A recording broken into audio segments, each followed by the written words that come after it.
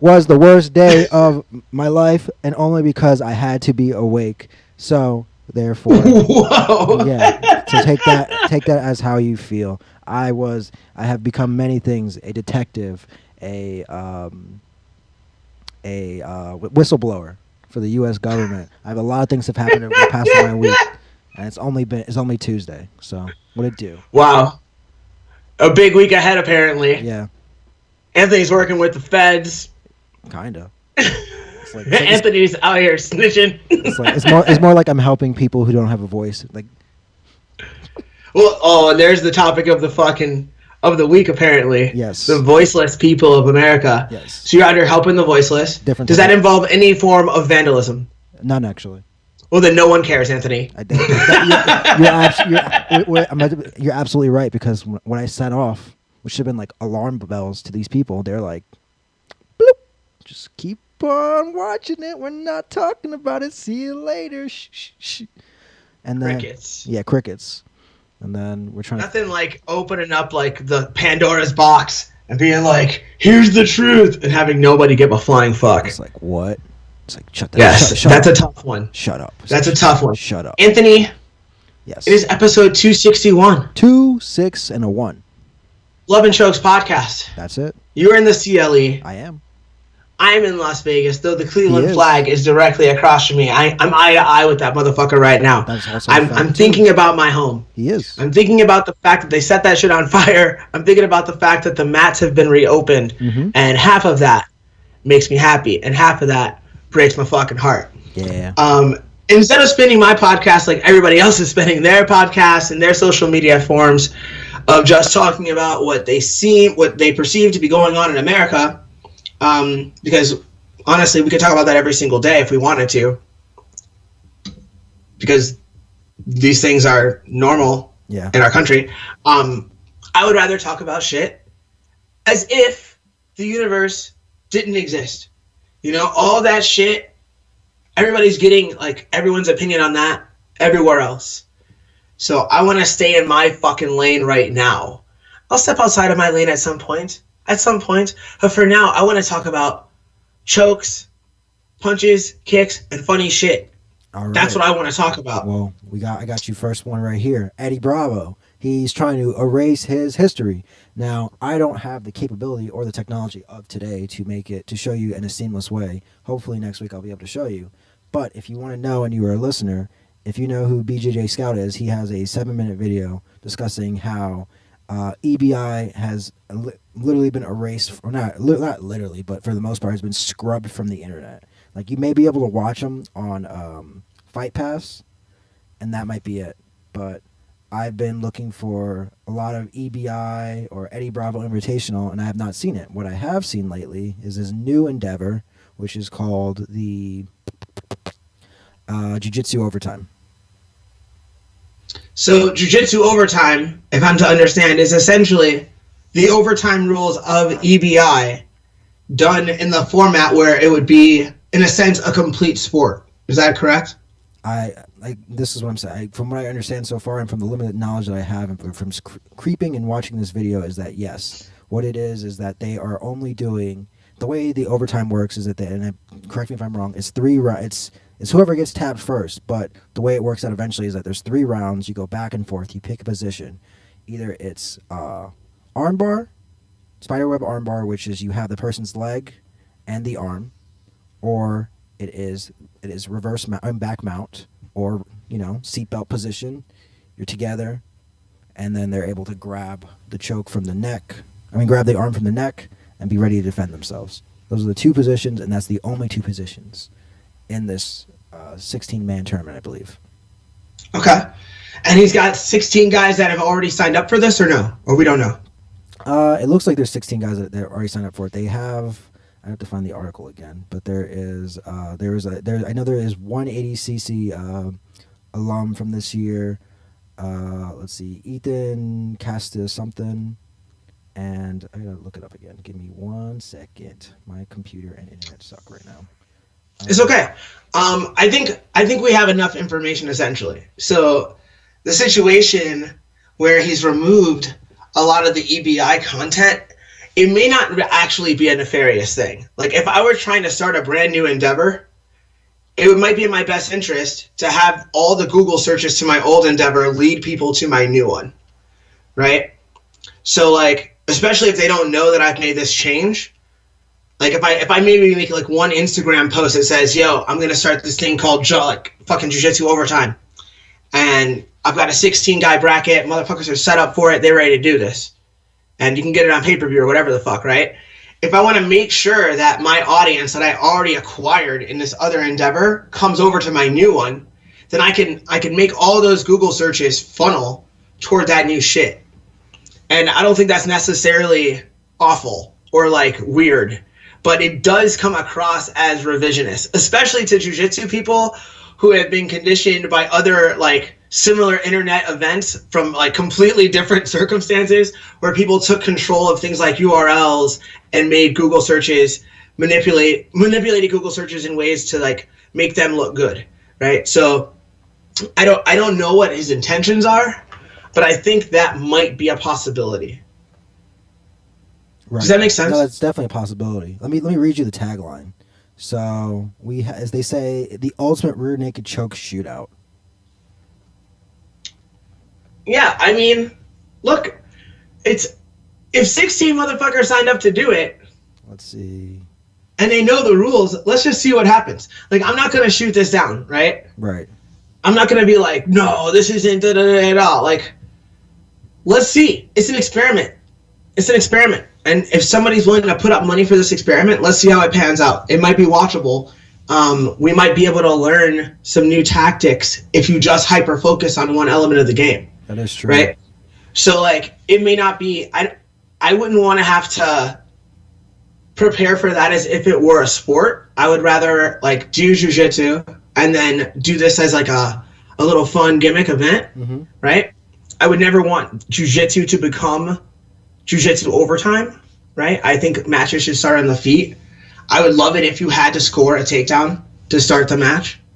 If guard pulls were not just penalized but illegal, I'd be a happier person, even though I do realize that stifles a bit of the creativity available in the game. Like, you could argue that, like, you should have artistic license to choose the bottom, right? But I'd be like, yo, then you choose to let this motherfucker take you down. Right.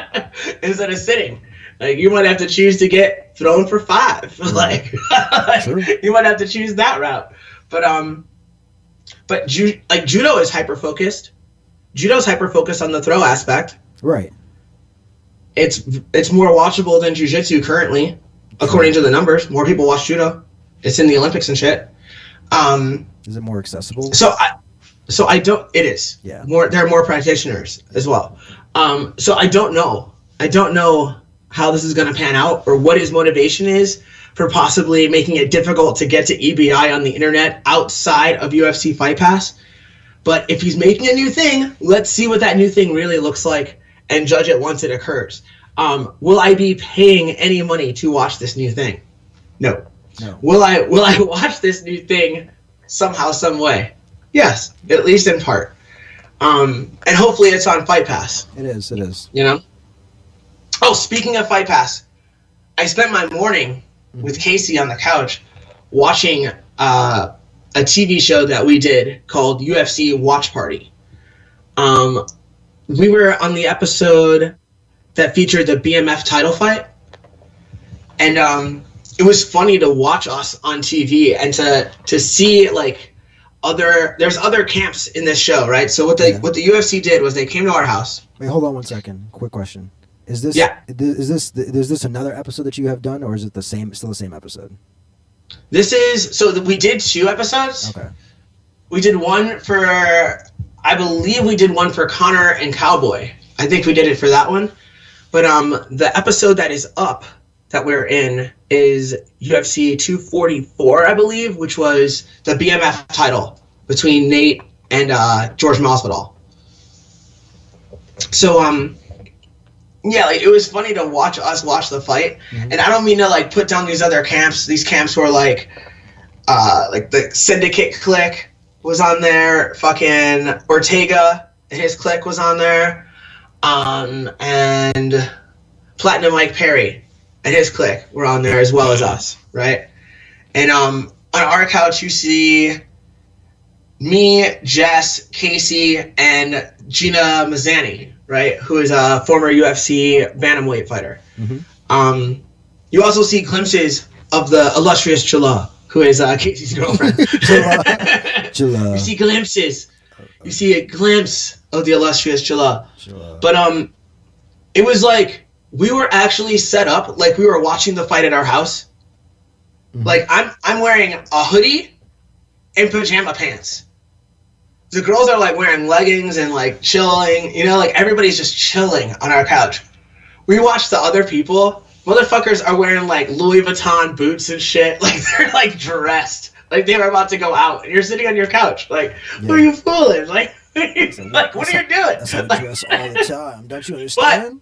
We ball. But I get it. It's a different mindset, right? It's like if we're going to be filmed in our home and they want to kind of capture being in your home, I want to look like I'm at home.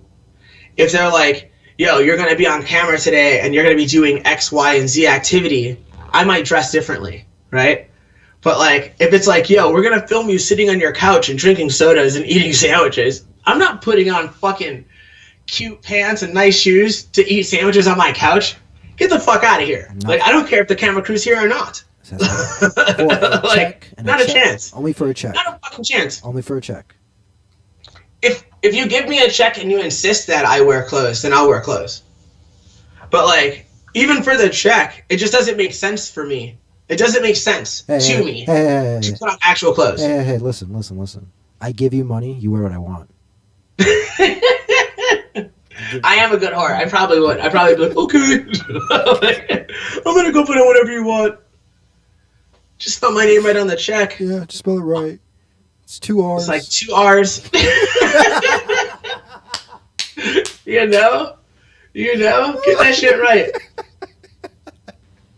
So yeah, it was fun to watch us. Like me and Casey kind of cracked up watching us, and watching other people's reactions to the same moments. Like it was a neat show. So I suggest that people watch UFC Watch Party. It's available on Fight Pass. It's not available on YouTube. So like, don't even fucking bother.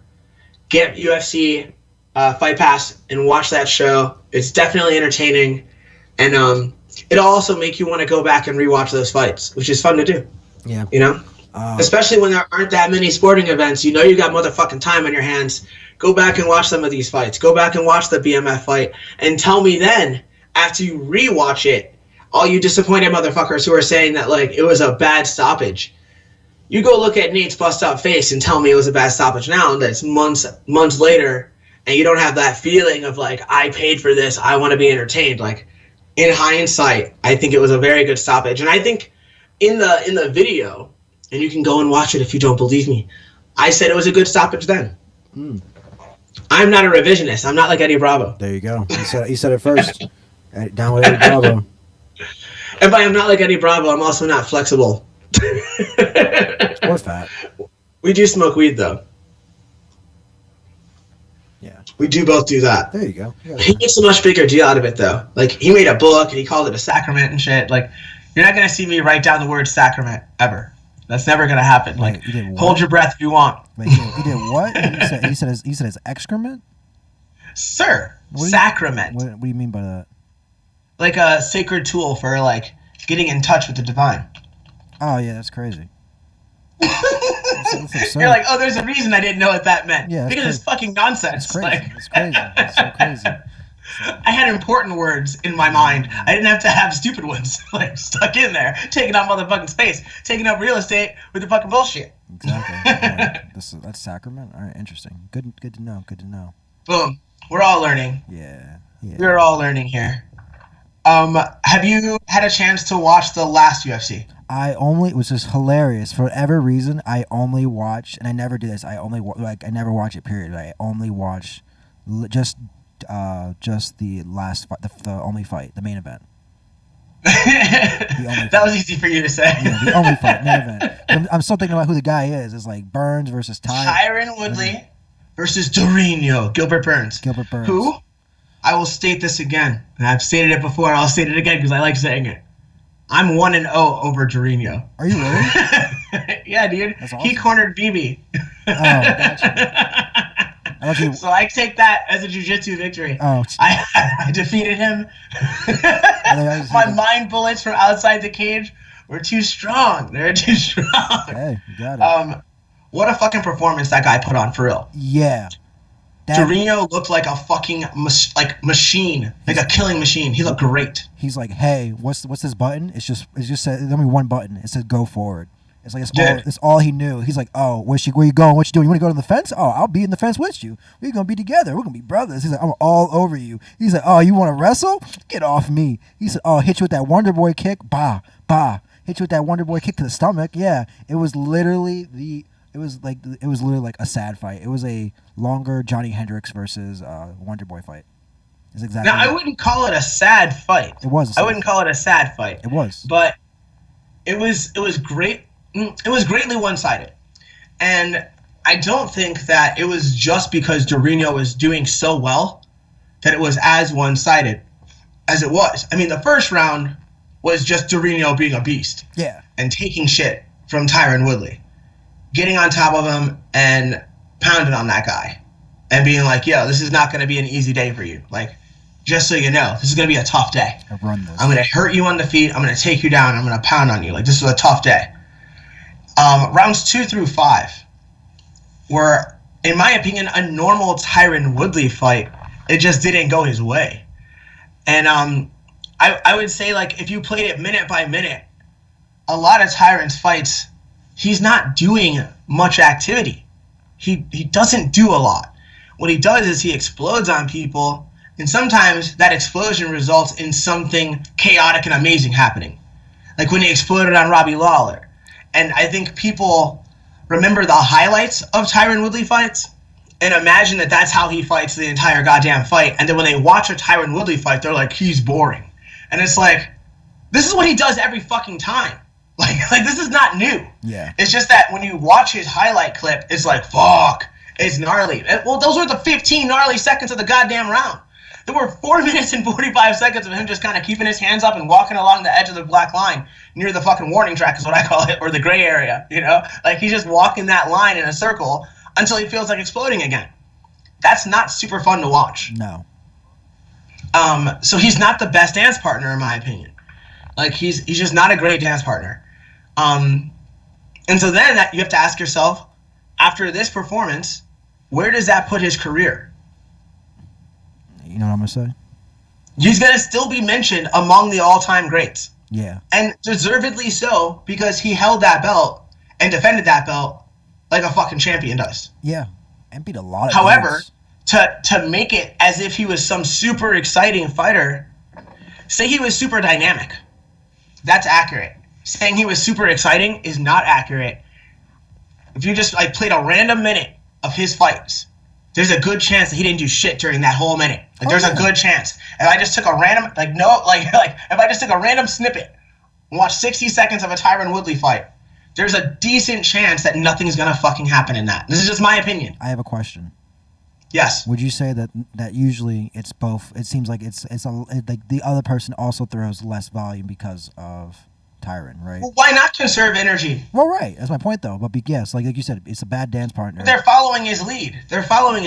Yeah, that's a sad. You know? That's why that one's not a sad fight, but this one was because he wasn't following Tyron's lead. He led the dance. Then you realize they exposed how boring the dancer truly is when you let Tyron lead. That's what happened. I mean, that's a fair interpretation, right? We're all we are all open. You know, we all have the ability to make these calls. I just don't want to act like this was something new. The outcome is new. You're true. It's true. You're absolutely right. It's nothing new, but it's just like, oh man, like I get it. Like I'm not a coach. I don't know anything, but hey, listen to this. I know how to make people motivated. I know how to say some things to people that light them on fire. And like, God damn it. Like that coach is like, all right, you gotta, get it together, keep it going. It's like, dude, nobody's there. You can yell as loud as you want. Like I'm hoping that when you have to go corner, I hear you. Like the crowd is screaming. Like it's just like, hey, yeah, take her down. Good job, thank you. All right, yeah, smash her face You a will bit. definitely hear me say thank you during this fight. Yeah, like that's gonna be the best part about like watching you guys like watching you guys fight is like you're gonna hear like Darren just screaming louder than any coach has ever done in the past so far during the pandemic. It's like it'll be nice to see that. Like, well, it's a coming out party for our whole clique. Then it'll be a coming out party for Jessica. Oh yeah, having that main event spot, curse smash people, being able to showcase her skills. And it'll be a showcase for all of our voices because nothing will be there to muffle them. Right. You'll hear us. Exactly. You'll hear all 4 of us. Yeah. We get 4 people for this fight in the corner because it's a main event. Only main events and championship fights get 4 corners.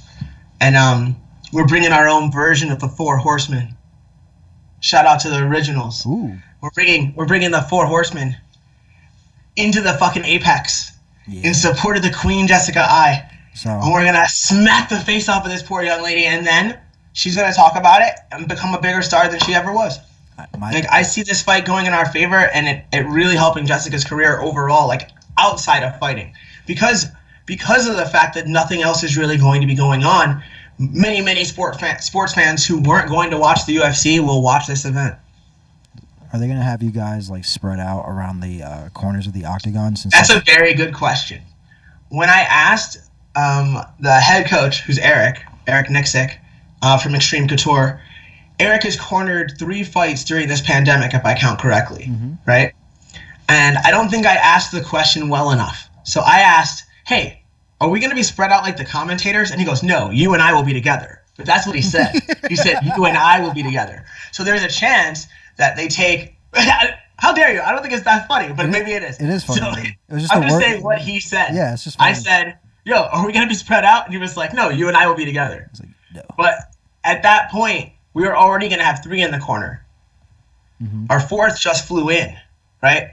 So he knew that there was another person. He didn't say, no, we will be in the corner. He said, you and I. Now, maybe that was particular, or maybe that was just the way he spoke. I don't know. And I didn't ask, because at the time we were doing other shit. Yeah. So I know that I'll at least be with Eric, maybe all 4 of us, but I wouldn't be surprised if it's 2 here, 2 at another post, and they do the same for the other team, right? Like they'll have 2 of them here and 2 of them at another post. Like I don't know though. We'll see. Everybody has to take a post. Everybody gets 1 post. 8 people total. It'll be a completely different experience for me. Like the UFC sent me an email and a text message that's like, yo, you gotta do a COVID test, and so we need your info to get a hold of you so we can make sure that the test happens on time and all this and all that. And I'm like, oh yeah, they're gonna put something in my nose and check my brain and like make sure that I'm healthy. Like yesterday, I went to a gym for practice for Jessica, and upon entry, I see that there's a line, and sometimes there's a line, but it's extraordinarily rare that there's a line. Like, there's usually only a line if several people have membership issues, right? So I'm not at all irritated by this. I'm just like, oh, there's a line today. Like, oh, look at this. And so I don't know why, though, right? So finally, I see the homie Ryan Couture, with a thermometer in his hand, one of the little beepy ones that goes at your forehead, right? And he's checking everyone's temperature on the way in. And you have to have a temperature that is evidence of you not having any illnesses to even be admitted into the room. Like, these are new protocols, right? Yeah. So not only does the gym, or will all gyms have new protocols and new standards they have to meet, otherwise risk being shut down, the UFC has different standards too. Yeah. And since they document goddamn near everything, if they were to fall short of those standards in anything that they put out, the state, if they so chose, could possibly come in and shut shit down. And they're not going to risk that. So everybody's going to be masked up. Everybody's going to have COVID tests. Everyone's going to have to obey the social distancing. But then there's another thing that hasn't really been discussed yet. And I think a lot of the reason why most of the fights on the card that we're doing haven't been announced, this is a theory, right? This is a conspiracy theory. Yeah. Casinos open June 4th. And the commission meets once a week.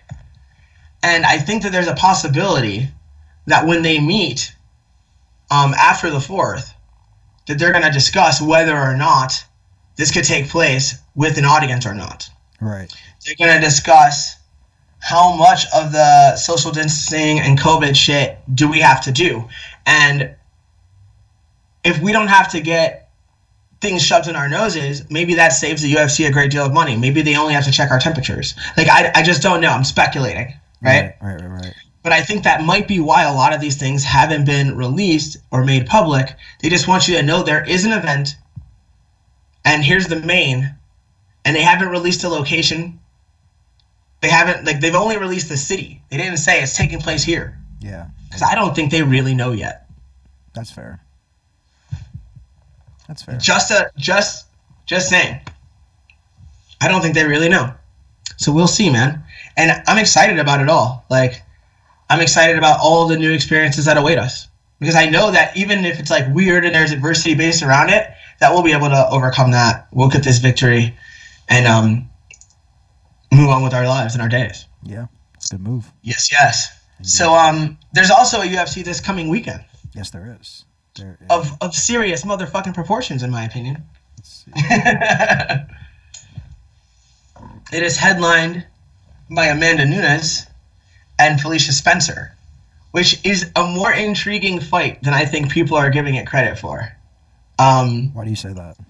Because Felicia Spencer is fucking durable as fuck and has a great deal of skill, especially on the floor. And Amanda Nunes has been such a dominant champion that the curiosity to me is, like, is there a chance that being that dominant can give you a sense of invincibility? And, like, if there is a little tinge of that, if there's a hint of that, Felicia Spencer is like the perfect dark horse to come in and take the belt away from someone who's great. Yeah. Just durable and fucking, I'm gonna go. And in a sense, of course she has everything to lose, but in a sense she has nothing to lose. The perception is that you're fighting the greatest woman of all time. That's how the UFC bills Amanda Nunes. Yeah. So when you're fighting the greatest of all time, all you have to do is go out and try really hard to win. If you try really hard to win, your stock is going to go up in the eyes of the people who pay you and probably in the eyes of the fans who give them the money to pay you with, right? So, like, unless you go out and have an absolutely shit performance, if you can display heart and durability, that's enough to up your stock. And if you can win, you're essentially doing what Matt Serra did when he beat GSP. You're stepping into that kind of a spot where, like, you can stand in the octagon and either shrug or be like, hey, I knew this was going to happen. And I think Felicia, like, no disrespect to Matt, I think Matt Serra was surprised. I think he was surprised that the fight went the way it went. I think he believed he could win. I don't think he thought he would ever win that way. I don't think he thought he would knock George the fuck out. I don't think he thought that. Because he's standing in the octagon with the belt on. I'm like, what's like, up? hey, I look did at it. this. I did it. I think Felicia would have a different attitude. I think Felicia believes that she could be champion and will be champion one day. And this is just another chance for her to get the belt. Yeah. I don't think she will think if she loses that she can't be champion. I think she'll think of this as a thing that's going to ensure her that she'll be champion one day. And if she fights with that mindset, she might be champion on fucking Saturday night. I'd like to see what the betting line is. You know? Yeah, let's see. Like, how big of an underdog is Felicia? Because she might get $100 of my money, man. Like, it would be worth it if she won. And if she lost, I'm not trying to say $100 is no money. It's a lot of money. Right. But, like, dude, if it's something like, if I could win $1,000, I'm putting $100 on Felicia Spencer. Let's see. So what would it take for me to win? Let's do this cash. Yeah, what would it take for me to get cash money for the Phenom to go over the Lioness? I think if you bet on her, you get $650 back. Let me just double check that math, though. Okay, that's not enough for me to give $100. It's got to be over a G. I'm not rich. But for a G, I'll risk it, man. Like, I'll let it ride. Because she has a chance. She really has a chance. Oh, I'm sorry. It's even less than that. It is at most it could be is $501. Okay. Well, we'll see as the fight approaches if the betting line shifts. You know, as people start seeing pictures of Amanda looking like a fucking savage, they're like, Amanda's gonna kill her, and they just throw the money up at the last second, you know? Yeah. But yeah, I think she has a chance. And there's a few interesting fights on this card. Oh yeah. You got the Osanyo, the assassin, Raphael. Asunsao? There you go. Whatever his name is. Yeah, Rafael Asunsao Yeah. versus Cody Garbrandt. The forever number 2. Look, dude, we got to see what kind of Cody Garbrandt shows up. Right, because that is the for real forever number 2 you're fighting. Like that is the guy who's like, oh, your name's not Uriah Faber, Dominic Cruz, T.J. Dillashaw. You're losing. You're losing. I mean, you could say that about both these guys. Both of these guys have been in that upper echelon for a long time. Right, but like obviously Cody got the belt. Cody had the belt. Rafael hasn't had that belt yet. No. But they've been in the conversation for title fights damn near the entire time they've been in the fucking UFC. You know, like they've been in the conversation. So it's interesting to see where these guys are gonna like when they cross paths. What's gonna happen? Yeah. Is Cody gonna KO this man? Rafael has fucking volume though, man. That dude fucking puts work on me. It's gonna be a great fight. I think that's a wonderful fucking co-main. It's a wonderful co-main. I'm excited about that fight. I'm also excited about Corey Sandhagen and Aljamain. Yes. Oh yes. This hate, this weird like I'm ready to go for violence. Like we're both ready to be violent. Like that's amazing. Is there hate? I'm not aware if there's any there's hate. not real I'm hate. not aware. I don't think there's real hate. There's a lot of chit chat, but it seems like they're ready to go. They're ready to throw down. They're ready to let it be violence. Good. Let it be violence. These are the two guys I think are next in line for the belt. Yes. So, like, this is essentially a title eliminator fight. I have no idea what the fuck's going to happen in this fight. I'm hoping for dramatic chaos and not something very, very controlled and strategic. I want to see these guys fucking get after it. Grappling and striking. I want to see it get wild. But, of course, that's what everybody wants to see. Right. I think you're thinking of maybe the Sean O'Malley fight. You think that's what I'm thinking of? Versus Eddie Wineland will probably be a little bit more dramatic. Yeah, I think those dudes are going to throw hands. This is a good opportunity for Sean O'Malley to start building that case for, like, I'm not just a draw. I'm not just your fucking video game gimmick. Like, I can beat guys who are established, who have names. Yeah. Eddie Wineland has that. Eddie Wineland has a history in the WEC of being a very, very good fighter, coming over to the UFC, and he never really reached the same kind of status he had in the WEC in the UFC. Yeah, Henan Barrow shut it off really quickly. There were some derailment fights, you know, like things like that happen. Yeah. But this is one of the most game durable dudes in the game. Oh yeah. So like we're gonna see if he can put away guys who are at that level. Yeah. You know, we're gonna see. If you stand square with Eddie Wineland, he hits hard. If you move around, it's gonna be like see ya. It's like he's not catching you at all. But if you stand still for like more than 5 seconds, he's gonna hit you in that body shot. It could go down, right? It could go down. It could go down, and so could you. It could go down, and so could you. Exactly. In the prelim main event, you got Bruce Leroy. Wrap that up, throw it away. Not interested. See you later. And Chase Hooper. I'm super interested in this fight. For Chase Hooper. I shared a locker room with Chase Hooper, and just yesterday we shared an Albertsons grocery store. I'm standing in line with Chala. We ran out. We got a Traeger grill. Mm-hmm. Dude. Yeah. The Traeger. Fucking life-changing. And we went out to get some fucking vegetables for dinner. And so Casey's at the crib grilling it up, and I have these veggies in my hand, and I turn to my left, and there's Chase Hooper. And since we shared a locker room together, I recognized him right away. And I was like, huh. And this guy smiled, and he kind of smiled, and he go back to his phone. And that kid is fucking tough as shit. Like, it's like in every fight, it looks like he's getting it given to him, and then he finds a way to win. Anthony, yes. Do you have any weird news for me? I do. Give me 1 second, because this will be the last time, folks at home. This will be the last time you deal with a disconnected stream. I'm hoping, because on Saturday or Sunday this should be never again. So let's give it a second for it to catch back up. Okay. Let's see. I'm hoping. Oh, it looks like it's connected. Are we still live? I think we are. I see faces. I see Darren's face. Yeah, we're moving. All right. So weird news. Excellent. So let's see. Let's start off. I just got a text from one of the quartermen, and he's like, "Yo, are you home?" And I'm like, "Yeah, I'm home." And he's like, "All right, I gotta grab these shin pads. I'll be right there." I'm like, "Cool." Yeah, I'm recording because I wanted him to know that like maybe I'm not gonna be able to open the door for him. And he's like, "Oh yeah, well smack her on the ass real hard for me." And I'm like, "My podcast, you son of a bitch!" Like, what do you think I'm doing in here? He's like, "Oh, what the fuck?" oh, all right. Sir. First story: Romanian cobbler keeps people apart with size 75 shoe. Wait, what? Romanian cobbler keeps people apart with size 75 shoe. So I'll show this to you, and then eventually I'll show it to the people. Are you seeing my screen or no? Not yet. All right, let's get in. Yes, there you go. It's coming in now. Yes. Bring that down a little bit. How does this shoe keep people apart? So basically, it's just his idea of like, when you're in the street with people and you're, I don't know. I think it's a dumb.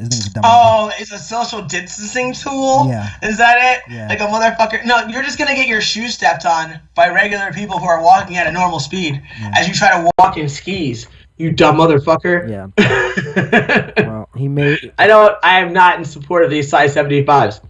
He made it. He's an older man. He's a original cobbler from Romania, and he made it. And then 5 other people bought his shoes for $115 a piece. Wow. So there's 5 complete marks in this world. Yeah. You're gonna have to relearn how to walk, you dumb motherfucker. You're gonna have to like buy those shoes and then learn how to walk in them, just so that somebody can ruin them and you get mad. Exactly. Fuck out of here. Next. That was horrible. It is pretty No, bad. it was well chosen, actually. It's funny. But yeah, fuck that shit. It's super stupid. So, as we know, there's protests in the world. I don't want to see this side. You are aware. Whoa! I did not want to see that. Come on. That's really sad. Yeah, you just ruined my day. You just ruined my whole day. So sad. We just saw that a 2-year-old got stabbed in the head with a screwdriver. 2-month-old. You didn't make the people see that, did you? No, I didn't. It's just us. 2-month-old stabbed in the head with a screwdriver. God damn it. What a terrible headline to have to see. All right, we're not going to watch this stuff anymore. All right, and look at the soulless piece of shit that did it. I don't care about these people. These people are dumb. All right. Basically, people with sneeze fetish have divided feelings about the pandemic. I didn't think about how this affected the sneezing fetish community. Everyone's so focused on small bits of communities these days, changing their entire fucking Instagram post. Instagram's not even fun right now, by the way. Why? What are they doing? What? You don't know this? I have no idea. Everyone, instead of posting Instagram posts, are just posting like completely black screens. And by doing that, you're supposed to be showing support for protests and black people and all this shit. None of my friends are doing that. My entire feed is just black, ad, black, ad. It's fucking crazy. I'm not even going to go on Instagram for the rest of the day. I almost posted in my story, like, all right, see you guys tomorrow when you forget about this. Like, kind of. Because I'm fucking sick of these motherfuckers. Like, I hope that if you're spending a lot of time on social media, researching things to talk about, and trying to take the side of black people on issues, that it actually moved your heart in a way that's going to make you live a different life. I'm just too cynical to think that it will. And because of that cynicism, I have difficulty looking at all these things and taking them seriously. Like, when people who I know would cross the fucking street if they saw me walking toward them are telling me, like, I support Black Lives Matter. It's like, all right, cool, man. Like, in theory, until I'm your neighbor, or until we're up for the same job, or until I want to fuck your niece or your daughter, like, yeah, we're all equal and we're all good. Like, okay, like, all right, see you in the elevator when you clutch your fucking purse again. Like, cool, like, or maybe not. Maybe it will really change your heart. Maybe. I don't know. I just looked through and I'm But like, every time something like this hits the news, I feel like it gives people a time where they feel very comfortable, like throwing out little signals of saying like, oh, I feel this way, which means I'm a good person. And they're also hypercritical of other people at the same time as saying this is my stance. They're super critical of imaginary stances. Like you don't even know people that feel a different way. You know what I'm saying? You're just like, you just project what people say. Like it's fucking madness. And so like during a riot, apparently you can steal a piece of fucking cheesecake. yes, you can. Apparently COVID affects people that have fetishes. Like everything is affecting every small group, and everybody small group wants to be acknowledged. And like I'm a person that wishes there were no groups. And Impossible. Tragedies don't change my mind about how I see the big picture. And that's that. I agree with you on everything except that you wish there were no groups. That's not true. You wish there were groups. Like what? I don't know. It doesn't matter. If there were no groups, you'd be the one that had the first group ever. Who you lying to? It was like, if there were no groups, you would immediately start a group. so what are you talking about? It's like I don't like groups. It's like you just don't like what it is. It's like there's no life would never work out for you. We could go to opposite land. You'd be like, man, that's so great. I hate this. That is entirely accurate. Yeah. And I fucking hate you. You'd be the first one to start a group. It's like I'm the guy who's against groups who wants to join my group. I'm a guy who's for groups who wants to join my group.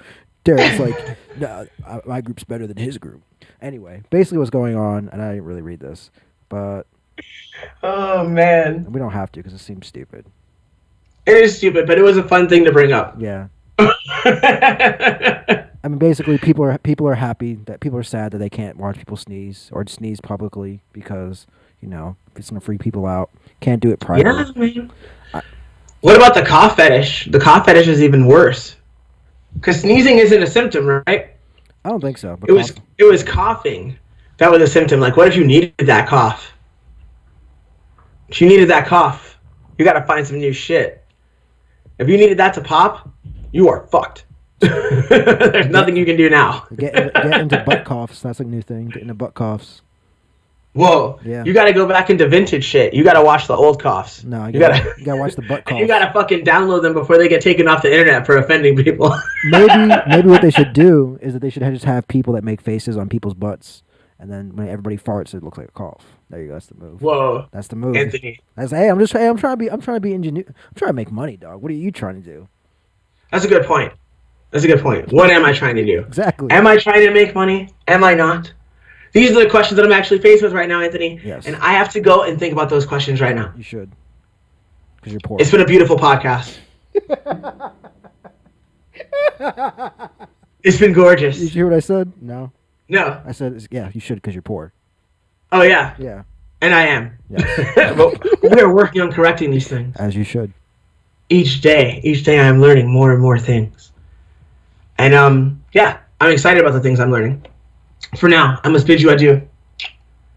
Internet, it's been real. Episode 261 of Love and Chokes podcast has come to an end. You are loved. Anthony, this is goodbye for real. Goodbye, Internet.